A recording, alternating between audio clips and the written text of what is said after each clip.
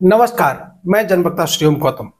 Supreme court अपने आप को इस भारत की सबसे सर्वोच्च ताकत समझता है और कॉलेजियम द्वारा जो सिलेक्टेड जज हैं वो अपने आप को सबसे ऊपर मान बैठे हैं। लेकिन जनता का जब विरोध सामने आता है, बार बार उनकी आलोचनाएं सामने आती हैं, तो सुप्रीम कोर्ट के चीफ जस्टिस को भी मजबूर होकर ऐसे जजों के खिलाफ एक्शन लेना पड़ता है। आप मेरा इशारा सही समझ रहे हैं। जस्टिस पारदीवाला और जस्टिस आर महादेवन के खिलाफ सीजेआई को मजबूर होकर एक फैसला लेना पड़ा है।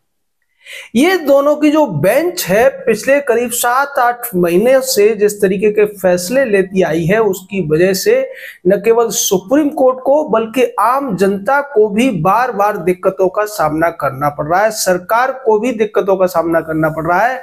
और उसी की वजह से सुप्रीम कोर्ट में प्रेसिडेंशियल रेफरेंस के ऊपर सुनवाई भी चल रही है। इन्होंने पहले प्रेसिडेंशियल रेफरेंस का फैसला दिया, उसके बाद इलाहाबाद हाई कोर्ट के एक जज के खिलाफ सजा सुना दी, उसके बाद जो स्ट्रीट डॉग्स होते हैं उनके ऊपर फैसला दिया, जिसको 2 दिन में ही सीजेआई को पलटना पड़ा। ये जो जजों की जोड़ी है, ये पहले से ही विवादों में रही है।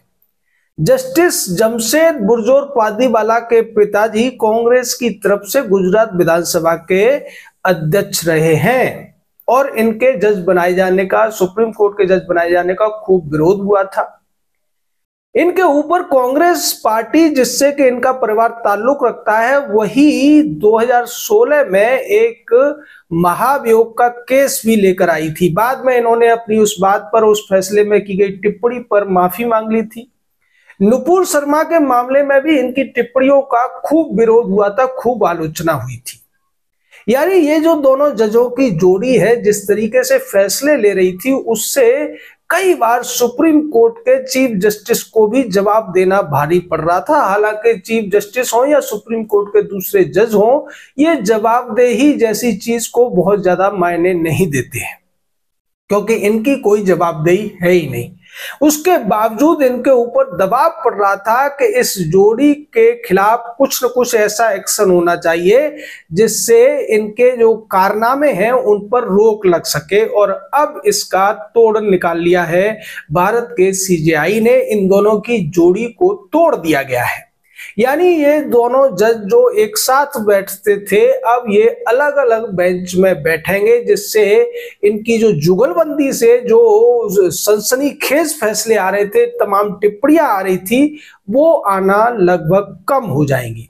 जस्टिस पारदीवाला के साथ में जस्टिस के विश्वनाथन को रखा गया है और वहीं दूसरी तरफ जस्टिस नागरत्ना की बेंच में अब शामिल कर दिया गया है जस्टिस आर महादेवन को।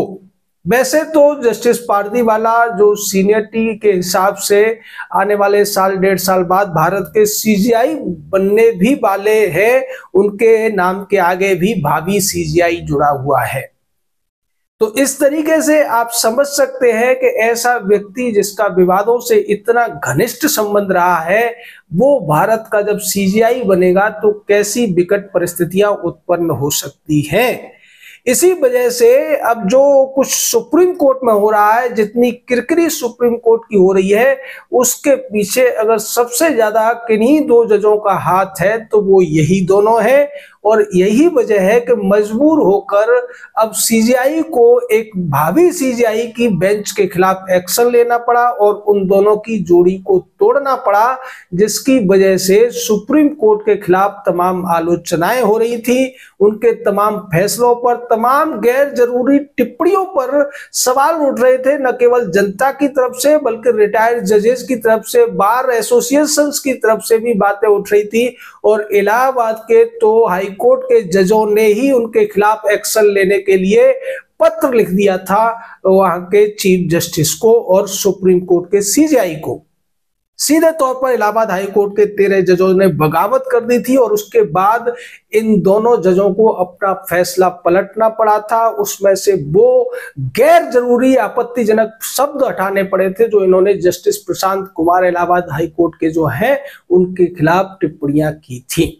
तो इस जोड़ी के खिलाफ जो एक्शन हुआ है उसके पीछे जनता की जागरूकता है, सोशल मीडिया का दबाव है और समाज के दूसरे जो तबके हैं उन सब का दबाव है। इसीलिए हम बार बार कहते हैं कि इस देश की जुडिशरी को अगर कोई सुधार सकता है तो वो केवल और केवल इस जनता की ताकत है। आपका इस पूरे मामले पर क्या कहना है, अपनी राय दीजिए। शब्दों की मर्यादा बनाए रखिए। हमारा चैनल सब्सक्राइब कीजिए, लाइक कीजिए। जय हिंद, जय भारत।